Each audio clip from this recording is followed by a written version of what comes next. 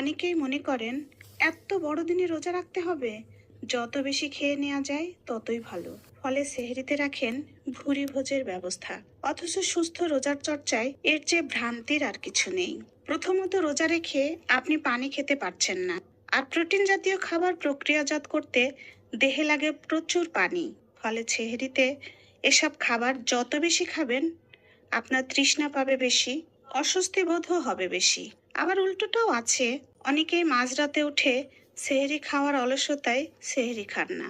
এ প্রসঙ্গে নবীজি হজরত মোহাম্মদ সাল্লাল্লাহু আলাইহি ওয়াসাল্লামের দুটি হাদিস হচ্ছে, তোমরা রোজার নিয়তে ফজরের আজানের আগে সেহরি খাও, সেহরির মধ্যে বরকত রয়েছে।